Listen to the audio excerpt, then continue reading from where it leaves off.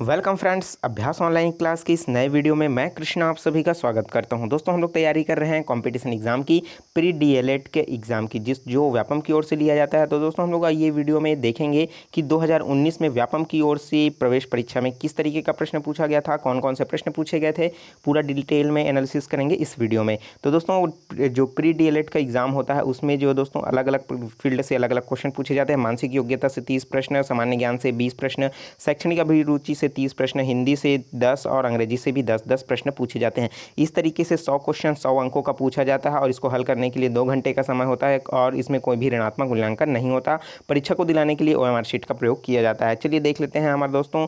मैंने इसके अलावा जो है दोस्तों मानसिक योग्यता, सामान्य ज्ञान और अन्य जो है वीडियो भी अपलोड करके रखा है, नीचे डिस्क्रिप्शन में लिंक दे रखा है, वहाँ से चेकआउट कर सकते हो। तो चलिए स्टार्ट करते हैं हमारा आज का ये वीडियो, जिसमें हम लोग बात करने वाले हैं शैक्षणिक अभिरुचि से संबंधित जो है दोस्तों 30 प्रश्न पूछे जाते हैं, उस पर हम लोग बात करने वाले हैं। तो चलिए स्टार्ट करते हैं हमारा आज का ये वीडियो। तो दोस्तों, इस वीडियो में हम लोग 30 क्वेश्चन को कवर करेंगे, तो वीडियो काफ़ी लंबा हो सकता है, तो वीडियो पर बने रहिए, बिना स्किप किए अंत तक जरूर देखिए। और चैनल को अभी तक आपने सब्सक्राइब नहीं किया है, जरूर सब्सक्राइब करें और नोटिफिकेशन बेल आता है दोस्तों, उसको भी ऑन कर लें ताकि मेरे द्वारा अपलोड किया गया वीडियो आप लगातार वॉच कर सकते हो। तो चलिए देख लेते हैं पहला क्वेश्चन। अब दोस्तों, जितना भी क्वेश्चन बताऊंगा, एक आप शिक्षक के नज़रिए से, एक अच्छे शिक्षक के नज़रिए से आप उसको सोचने की कोशिश करोगे तो आपको आंसर जो है दोस्तों जल्दी मिल जाएगा। तो चलिए देख लेते हैं पहला क्वेश्चन। आपकी कक्षा में कुछ छात्र विशेष रूप से मंदग्राही हैं, ठीक है। आप जो है करना पसंद करोगे, तो नीचे दिया गया है 4 ऑप्शन, उसमें से क्या करना पसंद करोगे, जिसमें से क्या है कुछ विशेष रूप से जो बच्चे हैं वो क्या है मंदग्राही हैं। तो तब ठीक है, आप क्या करोगे, उन्हें अलग से पढ़ाएंगे या उन्हें सामान्य छात्रों के साथ अधिगम की अनुमति देंगे। तीसरा है कि उन्हें निचली कक्षा में अवगत जो है अवनत करेंगे, अर्थात नीचे कक्षा में भेज दोगे, या फिर विशेष अधिगम कार्यक्रम की व्यवस्था करोगे। तो दोस्तों, आप अगर टीचर हो तो क्या करोगे, उसके लिए आप विशेष उपागम या ऐसे उपबंध की प्रयोग करोगे जिसमें क्या हो वो बच्चा आसानी से सीख सके। तो क्या हो जाएगा, इसका डी ऑप्शन जो है सही हो जाएगा। चलिए देख लेते हैं नेक्स्ट क्वेश्चन। एक शिक्षक को प्रभावशाली शिक्षक माना जाता है। तो एक प्रभावशाली शिक्षक कब माना जाता है, जब वह क्या हो विशिष्ट विधियों का प्रयोग करे, विविध प्रकार के अधिगम अनुभवों का चयन करे, एक प्रभावशाली व्यक्तित्व रखता हो, या फिर परीक्षा में छात्रों के पास प्रतिशत ऊंचा बनाए रखता हो। तो ये दोस्तों, जब जो टीचर क्या होता है विविध प्रकार के अधिगम अर्थात सिखाने के जो तरीके होते हैं, अलग अलग जो मेथड होते हैं, उनका चुनाव करके बच्चों को सिखाता है, वही क्या होता है एक प्रभावशाली शिक्षक बनता है। ठीक है, तो ये क्या हो जाएगा, इसका बी ऑप्शन जो है दोस्तों सही हो जाएगा। चलिए देख लेते हैं नेक्स्ट क्वेश्चन। नेक्स्ट क्वेश्चन है, विद्यालय में एक शिक्षक छात्र छात्राओं को स्वच्छता कार्य में शामिल करता है, यह सूचक है। तो दोस्तों, स्वच्छता कार्य में शिक्षक छात्र छात्राओं को जो है शामिल कर रहा है, तो इसका क्या किस चीज़ का सूचक कर रहा है, कि वह जो है मूल्य विकास की गतिविधि सिखा रहा है, या सामुदायिक आधारित गतिविधि सिखा रहा है, या सामाजिक जागरूकता गतिविधि सिखा रहा है, या पर्यावरण जागरूकता सिखा रहा है। तो दोस्तों, इस तरीके से वो अलग अलग चीज़ों के माध्यम से, अब अगर बात करें तो उसमें जो स्वच्छता से संबंधित किस में आता है दोस्तों, वो आता है पर्यावरण से। तो वो बच्चों को क्या सिखा रहा है, पर्यावरण ही तो सिखा रहा है। ठीक है, तो क्या हो जाएगा, इसका डी ऑप्शन जो है सही हो जाएगा। चलिए देख लेते हैं नेक्स्ट क्वेश्चन। शिक्षक को छात्रों से कैसा व्यवहार करना चाहिए। तो दोस्तों, इससे बहुत सारे क्वेश्चन यहाँ से पूछे जाते हैं और ये क्वेश्चन बहुत बार रिपीट किया जा चुका है। तो शिक्षक को छात्रों से किस तरीके से व्यवहार करना चाहिए, मित्रतावत व्यवहार करना चाहिए। ठीक है, तो इसका क्या हो जाएगा, बी ऑप्शन जो है सही हो जाएगा। चलिए देख लेते हैं नेक्स्ट क्वेश्चन।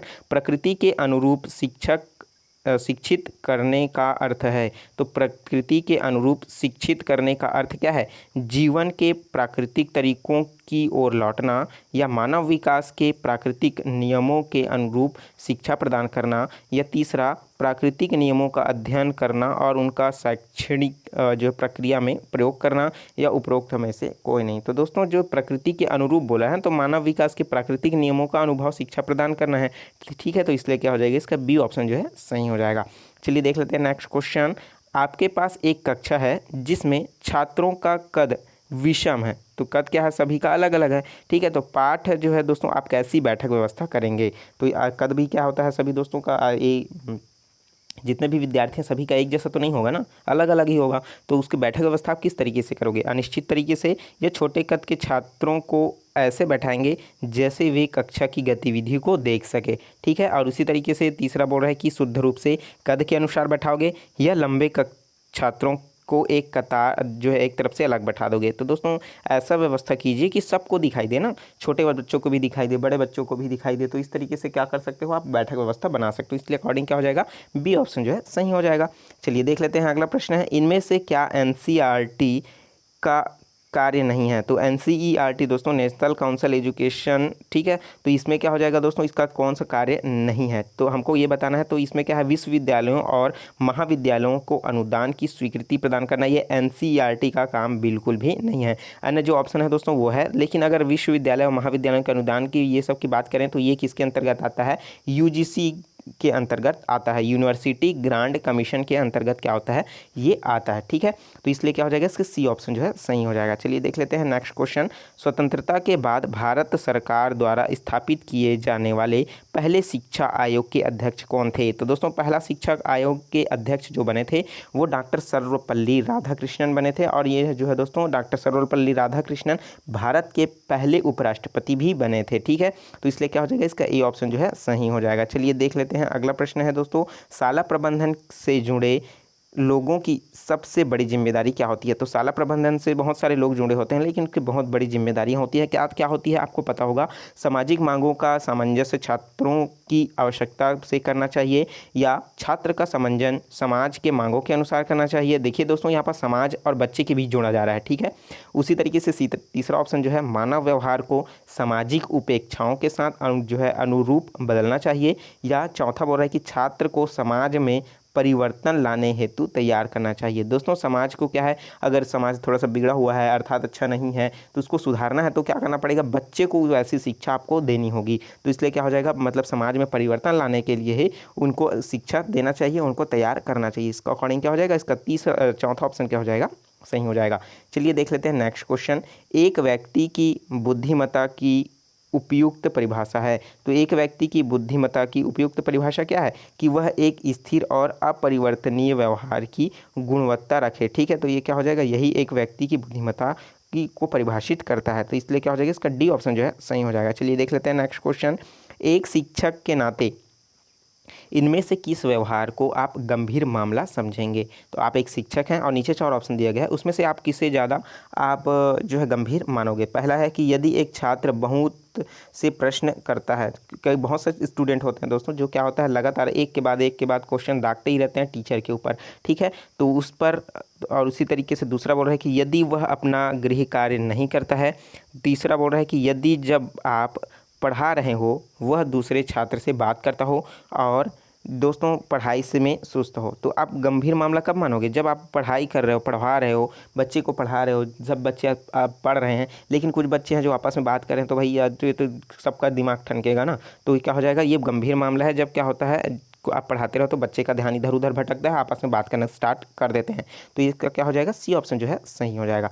चलिए देख लेते हैं नेक्स्ट क्वेश्चन। नेक्स्ट क्वेश्चन है, एक शिक्षक छात्र के प्रश्न का उत्तर देने में असमर्थ है, उन्हें चाहिए कि वे, ऐसा बहुत बार होता है, हमारे साथ भी हो चुका है, आपके साथ भी हुआ होगा, कि एक शिक्षक अगर आपसे कोई सवाल पूछता है तो आप उसका उत्तर नहीं दे पाते हो, तो उस समय क्या उन्हें चाहिए कि वो क्या करें, ठीक है। अर्थात एक शिक्षक के नाते सोचिए कि आप क्या करोगे, ठीक है। तो कहीं वे परामर्श के उपरांत उत्तर बताएंगे, कहीं वे प्रश्न गलत हैं विद्यार्थी को फटकारें, या अपने अज्ञान के लिए शर्मिंदा हो, ठीक है। तो इस तरीके से दोस्तों यहाँ पास अलग अलग कंडीशन आपके सामने रखा जाएगा, ठीक है। तो यहाँ पास क्या हो जाएगा, उन्हें परामर्श के उपरांत उत्तर बताएंगे, ठीक है। तो यह क्या कर होता है कि अगर आप जो है दोस्तों प्रश्न पूछा जाता है लेकिन उत्तर देने में असमर्थ हो जाते हो, तो क्या हो जाता है दोस्तों कि हमें गलत उत्तर बिल्कुल भी नहीं देता है। अगर कोई टीचर से सवाल पूछ रहा है दोस्तों, तो क्या होता है कि सवाल हमको क्या होता है, आंसर हमको नहीं पता, तो क्या करोगे आप जो है उस क्वेश्चन को आप ढूंढिए, फिलहाल उस समय के लिए बच्चों के लिए बोल दीजिए कि मैं कुछ समय के पश्चात या कुछ क्षण के पश्चात आपको आंसर देता हूँ या देती हूँ। तो आप उसके उपरांत दोस्तों परामर्श ले लीजिए, उसका उत्तर आप ढूंढ लीजिए, उसके बाद उनको बताइए। क्योंकि क्या है, आप उनको गलत उत्तर दोगे तो दोस्तों आप जो है बच्चों को गलत सीख दे रहे हो। अगर आप ये कह देते हो बच्चों की कि आपका प्रश्न गलत है, तो भी क्या हो जाएगा, बच्चा अगले बार से प्रश्न करना ही बंद कर देगा। अगर विद्यार्थी को अगर फटकार भी देते हो तो वो क्या हो जाएगा, डर जाएगा, नेक्स्ट बार अपनी समस्याओं के बारे में आपसे डिस्कस नहीं करेगा, ठीक है। अपने अज्ञानता के लिए शर्मिंदा तो नहीं होना चाहिए, क्योंकि क्या है हर चीज़ आपको पता हो ये ज़रूरी नहीं है, ठीक है। तो इसलिए क्या हो जाएगा, इसका ये ऑप्शन जो है सही हो जाएगा। चलिए देख लेते हैं नेक्स्ट क्वेश्चन।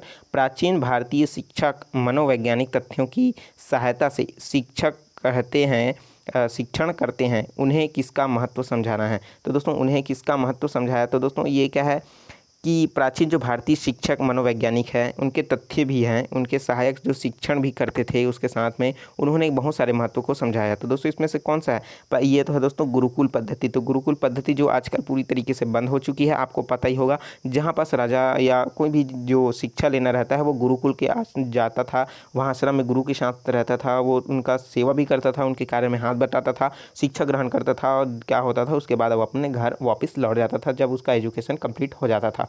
तो अगर इस तरीके से अभी भी होता दोस्तों तो हम लोग क्या करते हैं, पहला KG 1 पढ़ते हैं, KG 2 पढ़ते हैं, फिर पहली से लेकर के 12वीं तक पढ़ते हैं, फिर उसके बाद क्या होता है ग्रेजुएशन करते हैं, उसके बाद पोस्ट ग्रेजुएशन करते हैं। फिर इतना समय तक अगर करेंगे दोस्तों तो हमारा 25 से 30 साल तो हमारे गुरुकुल में ही गुजर जाएगा। ठीक है, आप समझ ही सकते हो मैं क्या बोल रहा हूँ। तो ये क्या है, उस समय जो थे प्राचीन भारतीय वो किस पर आधारित थे, गुरुकुल पद्धति पर आधारित थे। ठीक है, चलिए देख लेते हैं अगला प्रश्न। क्या राष्ट्रीय मध्याह्न भोजन कार्यक्रम के संबंध में सही नहीं है। तो दोस्तों मध्याह्न भोजन जो अब चलता है मिड डे मील वाला, उसमें से कौन सा संबंध सही नहीं कि वह वर्ष 2000 से 2001 से परिचालित हो रहा है, यह प्राथमिक शिक्षा के सार्वभौमिक के लक्ष्यों पर केंद्रित है, यह सतत विकास के लिए शिक्षक के उद्देश्यों को प्राप्त करने के लिए सहायक है, यह बालकों के कुपोषण की समस्या को हल करने से संबंधित है। तो दोस्तों तो ये सब क्या है इंपॉर्टेंट है और ये सब सही है, लेकिन जो सन दिया गया है वो अलग है। तो इसलिए क्या हो जाएगा इसका, ये ऑप्शन जो है दोस्तों सही हो जाएगा। तो क्योंकि ये सब क्या है इसमें ये जो ईयर है वो इसमें लागू नहीं होता है। चलिए देख लेते हैं नेक्स्ट क्वेश्चन। भारतीय शिक्षा आयोग जो 1964 से 1966 के लिए सिफारिश की गई थी, जो कक्षा 6वीं से लेकर के कक्षा 10वीं तक के कक्षा 8वीं से लेकर के कक्षा 10वीं तक के लिए जो है माध्यमिक स्तर के लिए 3 भाषा सूत्र है। तो जो कक्षा 8वीं से कक्षा 10वीं तक के लिए जो निम्न जो माध्यमिक स्तर है उसके लिए 3 भाषा सूत्र कौन कौन से थी, तो वो था दोस्तों मातृभाषा का या क्षेत्रीय भाषा, और साथ ही साथ हिंदी और इंग्लिश, इसको ये क्या कर दिया गया था अनिवार्य। अगर हम लोग बात करें दोस्तों किसकी कि छत्तीसगढ़ में, तो हम लोग क्या करते हैं हिंदी तो पढ़ते ही हैं, इंग्लिश भी पढ़ते ही हैं, तो मातृभाषा या क्षेत्रीय भाषा भी हम लोग साथ में पढ़ते हैं। जैसे क्या है छत्तीसगढ़ी भाषा को इंक्लूड करते ही जा रहे हैं भारत छत्तीसगढ़ सरकार के द्वारा। तो इसलिए क्या हो गया है 3 भाषा सूत्र को इसमें क्या किया गया है, शामिल किया गया है। चलिए देख लेते हैं नेक्स्ट क्वेश्चन। नेक्स्ट क्वेश्चन भी इंपॉर्टेंट है, जो लगातार व्यापम की ओर से पूछा जा रहा है दोस्तों, और व्यापम ने जो आंसर लिया है उसी आंसर को मैं बता रहा हूँ। चलिए देख लेते हैं अगला प्रश्न है, शिक्षक का कक्षा में व्यवहार अच्छा होना चाहिए क्योंकि यह छात्रों के लिए उदाहरण प्रस्तुत करता है, छात्र अधिक ध्यान देंगे, सीखने के लिए उचित वातावरण तैयार होगा, छात्र इसकी प्रशंसा करेंगे। तो यहाँ पास क्या होगा दोस्तों, जो सीखने के लिए उचित वातावरण जो है यहाँ पास तैयार हो जाएगा जब क्या होगा शिक्षक का स्तर व्यवहार में अच्छा होना रहेगा तब। ठीक है दोस्तों, अगर आप समझ नहीं आ रहा है तो नीचे इधर आप देख सकते हो लेफ्ट हैंड साइड तरफ आपको जो है पूरी तरीके से इंग्लिश में ट्रांसलेट हुआ मिल रहा होगा, जहाँ पास इंग्लिश में दिया हो तो इंग्लिश का भी आप देखते रहिए। ठीक है, अगर हिंदी में अगर आप उसको समझ नहीं आ रहा हो तो। चलिए देख लेते हैं नेक्स्ट है दोस्तों, एक शिक्षक छात्रों को कुशल मार्गदर्शन कर सकता है। तो कुशल मार्गदर्शन कब कर सकता है, जब वह छात्रों का मनोवैज्ञानिक तरीके से उसको समझ सकता है, तभी शिक्षक क्या कर पाएगा, उसको अच्छा से मार्गदर्शन दे पाएगा। अगर दोस्तों बच्चे के शकल को, उनके बातचीत करने के तरीके को देख करके ही अगर आप उसके बारे में समझ जाते हो तो उनकी समस्याओं को जानना आपके लिए बहुत ही आसान हो जाएगा। अर्थात दोस्तों मनोवैज्ञानिक का होना बहुत ही आवश्यक है, थोड़ा बहुत फेस रीडिंग भी आपको आनी चाहिए। तो इसलिए क्या हो जाएगा, इसका डी ऑप्शन दोस्तों सही हो जाएगा। चलिए देख लेते हैं नेक्स्ट क्वेश्चन है, विद्यालय में प्रशासन के लिए जिम्मेदार व्यक्ति है। तो दोस्तों विद्यालय में जो प्रशासन है उसके लिए जिम्मेदार कौन होता है, वो प्राचार्य होता है, क्योंकि सब चीज़ क्या हो किनके हाथों में होता है, वो प्राचार्य के हाथों में है। कुछ हादसा हो जाता है, कुछ प्रशासन में कुछ तकनीकी खराबी आ जाती है, ठीक है, जैसे फाइल में कुछ मिस्टेक आ जाता है तो सब जिम्मेदारी कौन उठाएगा, प्राचार्य उठाएगा। ठीक है, तो ये क्या हो जाएगा, सिंपल सा क्वेश्चन है, इसके बारे में आपको पता होगा। ठीक है, क्योंकि इसमें बोला गया दोस्तों विद्यालय की। ठीक है, अगर विकासखंड के बारे में बोला जाता है दोस्तों तो वहाँ का कौन होता है, BEO होता है। ठीक है ना, ब्लॉक एजुकेशन ऑफिसर होता है वो उसके जिम्मेदार। ठीक है, अगर संकुल निश्चित संकुल के बारे में वो होता है तो निश्चित संकुल समय के ये सब की क्या होता है जिम्मेदारी होती। ठीक है, तो इन सब चीज़ को आपको समझना होगा अगर आप एजुकेशन फील्ड में आना चाहते हो तो। ठीक है, और ज़्यादा समझने की भी ज़रूरत नहीं है दोस्तों, जब आओगे तो ऑटोमेटिक आपको ये सब चीज़ें पता चल जाएगी। ठीक है, चलिए देख लेते हैं अगला प्रश्न है, किसी कार्य को आरंभ करने, जारी रखने और नियमित बनाए रखने की प्रक्रिया को कहते हैं। तो दोस्तों क्या होता है कि प्रारंभ किए कोई भी कार्य को कंप्लीट करने के लिए, जैसे आपने वीडियो को प्रारंभ किया देखने के लिए और जारी रख रहे हो, नियमित रूप से लगातार देख रहे हो, तो ये क्या कहलाएगा, ये एक अभिवृत्ति कहलाएगा। ठीक है, तो क्या कहलाएगा, एक अभिवृत्ति कहलाएगा। तो इसके लिए क्या हो जाएगा, इसका डी ऑप्शन जो है सही हो जाएगा। अगला प्रश्न देख लेते हैं, बालक के सर्वांगीण विकास का उत्तरदायित्व होता है। तो दोस्तों बालक का जो सर्वांगीण विकास का उत्तरदायित्व होता है किसका होता है, शिक्षक का होता है और माता पिता, इस तरीके से दोनों का ही होता है। दोस्तों इसमें समाज का रोल नहीं होता है कि सर्वांगीण विकास, वो धीरे धीरे समाज में जाता है तो ऑटोमेटिक ही सीख जाता है, ठीक है, उसको सिखाने की ज़रूरत नहीं पड़ती है। तो शिक्षक है और माता पिता, तो ठीक है, तो पहले गुरु किसको माना गया है, माता पिता को माना गया है, उसके बाद किसको माना गया है, शिक्षक को माना गया है। तो शिक्षक और माता पिता दोनों क्या है, इंपॉर्टेंट है। उसके बाद अपने आसपास बड़ों में ये सब रह रखे तो बच्चा सीख ही जाता है, सर्वांगीण विकास हो ही जाता है। तो मेन उत्तरदायी विकास के बारे में क्या हो जाएगा, शिक्षक और माता पिता। चलिए देख लेते हैं नेक्स्ट क्वेश्चन, विद्यालय के धार्मिक त्योहारों को मनाने के पीछे सिद्धांत क्या है। विद्यालयों में भी धार्मिक त्यौहार मनाए जाते हैं, इसके पीछे मेन सिद्धांत क्या है दोस्तों, कि विभिन्न धर्मों के प्रति जागरूकता, जैसे क्या हो गया, अलग अलग धर्म के क्या होते हैं, रमजान हो गया, नवरात्रि हो गया, दीपावली हो गया, क्रिसमस डे हो गया, इन सब के क्या होता है दोस्तों, उसके अलग अलग धर्मों की प्रति जागरूकता उनकी होती है, उनकी संस्कृति के बारे में एकात्म की भावना, एकता की भावना का विकास होता है, उसी तरीके से सामाजिक सद्भाव आ जाता है, ठीक है। उसी तरीके से दोस्तों उपरोक्त सभी क्या हो जाएगा, सही ऑप्शन जो है सही हो जाएगा, डी ऑप्शन क्या हो जाएगा, सही हो जाएगा। अगला प्रश्न देख लेते हैं, शिक्षा का उद्देश्य क्या है। भाई आप पढ़ा रहे हो, एजुकेशन करा रहे हो, तो उसका उद्देश्य क्या है कि विद्यार्थियों को नौकरी लगाने के लिए योग्य बनाना, व्यक्तित्व के सर्वांगीण विकास को सुनिश्चित करना, या परीक्षा में विद्यार्थियों को सफल होने में सहायता करना, या सामाजिक अंतःक्रिया करने की सक्षमता बनाए रखना। दोस्तों जब आप शिक्षक हो तो आप शिक्षा दे रहे हो तो आपका मेन उद्देश्य होना चाहिए कि व्यक्ति के सर्वांगीण विकास को सुनिश्चित करना। आपको हर चीज़ में बच्चे को क्या करना है, निपुण बनाने की कोशिश करना है। अब बच्चा क्यों पढ़ना चाहता है, ये अगर उसकी ऑप्शन में पूछा जाए तो वो नौकरी लगने के लिए पढ़ना चाहता है, ठीक है। तो हम लोग क्या होता है, लेकिन बच्चा क्यों पढ़ना चाहता है, बच्चे के नज़रिए से क्या हो, वो नौकरी पाना चाहता है, तो उसके नज़रिए से नहीं देखना है हमको, किसके नज़रिए से देखना है, हमको टीचर के नज़रिए से देखना है। तभी हम लोग क्या कर पाएंगे, यहाँ पास जो है अच्छा सा सही आंसर दे पाएंगे, क्योंकि हमको बच्चे को नौकरी दिलाना हमारा उद्देश्य नहीं है, बच्चे को क्या करना है, उसका सर्वांगीण विकास करना हमारा क्या है, उद्देश्य। तो बी ऑप्शन क्या हो जाएगा, सही हो जाएगा। चलिए देख लेते हैं नेक्स्ट क्वेश्चन, आप शिक्षण व्यवसाय में रुचि रखते हैं क्योंकि। आप दोस्तों शिक्षण व्यवसाय अर्थात जो है आप शिक्षक बनना चाहते हो, आप शिक्षक क्यों बनना चाहते हो, अगर आपसे पूछा जाएगा तो आप क्या जवाब दोगे। तो इसमें 4 ऑप्शन हैं, तो उसमें आप बता सकते हो। इसमें क्या होता है, कम जिम्मेदारी होती है, इसमें वित्तीय सुरक्षा है, यह एक समर्पित व्यवसाय है, इसमें छुट्टियां की अधिकांश जो है दोस्तों संख्या अधिक होती है, ठीक है। जैसे अभी क्या चल रहा है, लॉकडाउन चल रहा है, तो क्या हो जाएगा, बहुत सारी छुट्टियां आपको देखने को मिल रही होगी, ठीक है। जिनका ड्यूटी लगा है तो उनका तो लगा ही है, लेकिन शिक्षा विभाग क्या है, पूरी तरीके से छुट्टी में है। तो शिक्षण व्यवसाय आपके नज़रिए से क्या हो सकता है, लेकिन व्यापम ने इसे आंसर लिया गया है, यह एक समर्पित व्यवसाय है, ठीक है। तो ये क्या हो जाएगा, इसका सी ऑप्शन जो है सही आंसर हो जाएगा, ठीक है। चलिए देख लेते हैं नेक्स्ट क्वेश्चन, कुछ छात्र ऐसे कोई लक्षण नहीं दिखते जिससे ये पता चले कि वे समझ रहे हैं। ऐसे में आप क्या करोगे दोस्तों, आप पढ़ा रहे हो, क्लास टीचर हो, है ना, तो पढ़ा रहे हो, बच्चा क्या कर रहा है, पढ़ रहा है, लेकिन हमको ये चीज़ समझ नहीं आ रहा है कि बच्चे समझ रहा है कि नहीं समझ रहा है। आप पूछोगे बच्चे समझ आ रहा है कि नहीं आ रहा है, तो बच्चे लोग हाँ हाँ बोल देंगे या सिर हिला देंगे, ठीक है, लेकिन हमको कन्फर्म नहीं हो पाता कि वो क्या हो रहा है, ठीक है।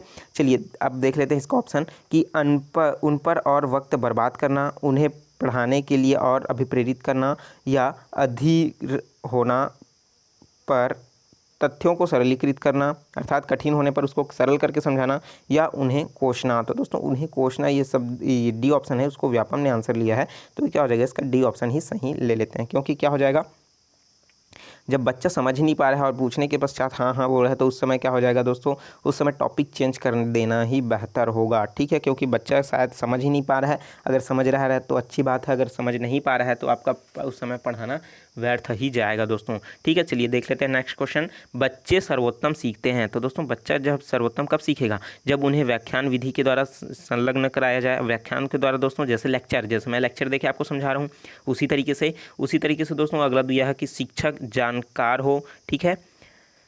उसी तरीके से शिक्षक चौथा क्या बोल रहा है कि छात्र अभिप्रेरित और प्रवृत्त हो, चौथा है कि शिक्षक अच्छा पढ़ाए, ठीक है। तो बच्चे सर्वोत्तम कब सीखते हैं, जब छात्र जो है कि अभिप्रेरित हो और प्रवृत्त हो, अर्थात बच्चों में जो है रुचि होना बहुत ही ज़रूरी है कोई भी चीज़ को सीखने के लिए, ठीक है। अगर आप इस चीज़ को, अगर वीडियो को देखने के लिए रुचि हो तो दोस्तों आपको अच्छा लगता है तो आप देख रहे हो, ठीक है। चलिए देख लेते हैं नेक्स्ट क्वेश्चन, शिक्षक में आत्मविश्वास की आवश्यकता है जब वह क्या हो, शिक्षक में आत्मविश्वास की आवश्यकता कब होती है? जब वह अपनी कक्षा के अध्यापन का कार्य कर रहा हो, तब वो अपने फुल आत्मविश्वास के साथ क्या करता है, वो पढ़ाने की कोशिश करता है और बच्चों को सिखाता है। अगर अभिरुचि सबको में क्या हो दोस्तों, इंटरेस्ट के साथ पढ़ रहे हो तो और भी आनंदित आता है, आत्मविश्वास और बढ़ता है शिक्षक का, क्योंकि वो क्या है, अपना कार्य अच्छे तरीके से पूरा आत्मविश्वास के साथ क्या करता है, करते रहता है।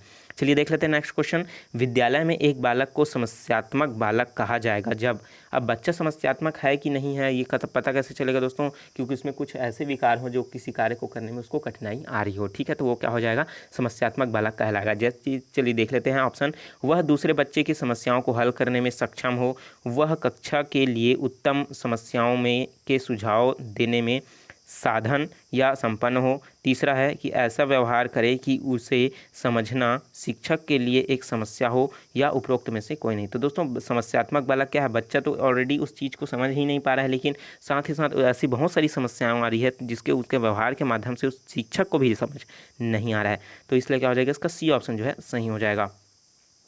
तो दोस्तों वीडियो काफ़ी लंबा हो चुका है, चलिए देख लेते हैं, थोड़ा सा और क्वेश्चन बचा है। अगला प्रश्न है, विद्यार्थियों से सौहार्द स्थापित के लिए आपको करना चाहिए, तो इसको आपको क्या करना चाहिए दोस्तों, उपरोक्त सभी अर्थात क्या क्या, उन्हें लोकतांत्रिक तरीके से व्यवहार करना सिखाना चाहिए, उन्हें मार्गदर्शन दिया जाना चाहिए और संप्रेषण की योग्यता होनी चाहिए, उसमें क्या करना है, ये सबको विकसित करना है, तो ये क्या होता है, शिक्षक की जिम्मेदारी होती है, तो उपरोक्त डी ऑप्शन जो है दोस्तों सही हो जाएगा। अगला प्रश्न देख लेते हैं, यदि आप माध्यमिक विद्यालय के विद्यार्थियों के लिए एक पुस्तक लिखने की तैयारी कर रहे हैं, किसके लिए, कौन सा लेवल है दोस्तों, माध्यमिक विद्यालय, ठीक है, मिडिल के लिए आप क्या करना चाहते हो, विद्यार्थियों के लिए पुस्तक लिखने की तैयारी कर रहे हो, तो इस दिशा में आपके मुख्य विचार क्या होने चाहिए, कि वह बहुत ही रंगीन चित्र होना चाहिए, अर्थात उसमें चित्र इंक्लूड करना चाहिए। अगला बोल रहा है कि यदि विषय का नवीनतम सामग्री प्रदान करता है तब, या यह तार्किक रूप से संपूर्ण विषय को सम्मिलित करता है तब, या उनके चिकने पन्ने और उत्तम जिल्द हो तब, ठीक है, तो उसका आपका मेन फोकस किस पर होना चाहिए, आपका जो है दोस्तों तर्क रूप से संपूर्ण विषय जो है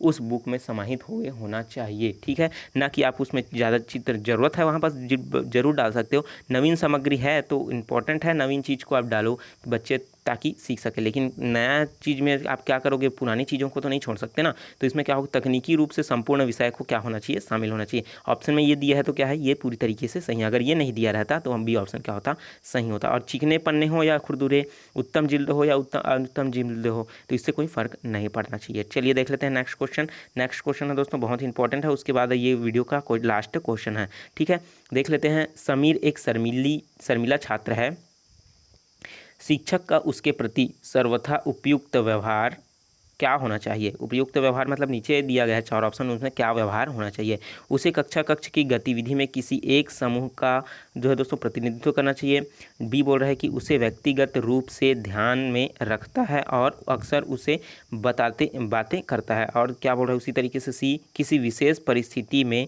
उसके व्यवहार से संबंधित प्रश्न पूछता है, डी बोल रहा है कि उसे नजरअंदाज कर देता है। तो दरअसल में वो क्या है, समीर क्या है, एक प्रकार का शर्मिला है, मतलब वो क्या करता है, शर्माता है, तो उसे व्यक्तिगत रूप से ध्यान में रखता है और जो है दोस्तों उसको अवसर उसे बताते जब क्या होता है, व्यक्तिगत रूप से उसका तो ध्यान रखता ही है और अक्सर उससे बातें भी करता है, क्योंकि जब लगातार आप कोई व्यक्ति शर्माता है तो आप उसके लगातार बात करते रहोगे तो उसके शर्मीलापन जो है वो क्या होता है, दूर होने लगता है, और उससे क्या होता है, धीरे धीरे फ्रैंकली व्यवहार स्टार्ट हो जाता है, ठीक है, तो इसलिए क्या होना चाहिए दोस्तों, फ्रैंकली व्यवहार करना चाहिए, इसी तरह से मित्रवत व्यवहार करना चाहिए, इसलिए कहा जाता है। दोस्तों ये इस तरीके से 30 क्वेश्चन हम लोग इस वीडियो में कवर किए हैं। नेक्स्ट वीडियो में हम लोग देखेंगे दोस्तों अन्य क्वेश्चन जिसमें पूछा गया है अन्य ईयर का अन्य जो टॉपिक से संबंधित प्रश्न। वीडियो अच्छा लगा हो दोस्तों लाइक ज़रूर करें, और साथ ही साथ मेरे चैनल को अभी तक आपने सब्सक्राइब नहीं किया दोस्तों जरूर सब्सक्राइब करें, नोटिफिकेशन बिल आता है दोस्तों उसको भी ऑन कर लें ताकि मेरे द्वारा अपलोड किया गया वीडियो आप लगातार वॉच कर सकते हो बिना किसी रुकावट के। दोस्तों अभी तक मेरे और वीडियो अच्छा लगता है जरूर लाइक कीजिए, जो चीज़ समझ नहीं आया तो नीचे कमेंट बॉक्स खाली है, कमेंट भी कर सकते हो, ठीक है। वीडियो को ज़्यादा से ज़्यादा शेयर करें, व्हाट्सएप ग्रुप में, फेसबुक ग्रुप में, इंस्टाग्राम में, स्टडी मैटर ग्रुप में ज़्यादा से ज़्यादा शेयर करें ताकि इस वीडियो का फायदा भी मिल सके। मिलते हैं नए वीडियो में नए जानकारी के साथ, तो मुझे दीजिए इजाज़त, take care, all the best, जय हिंद।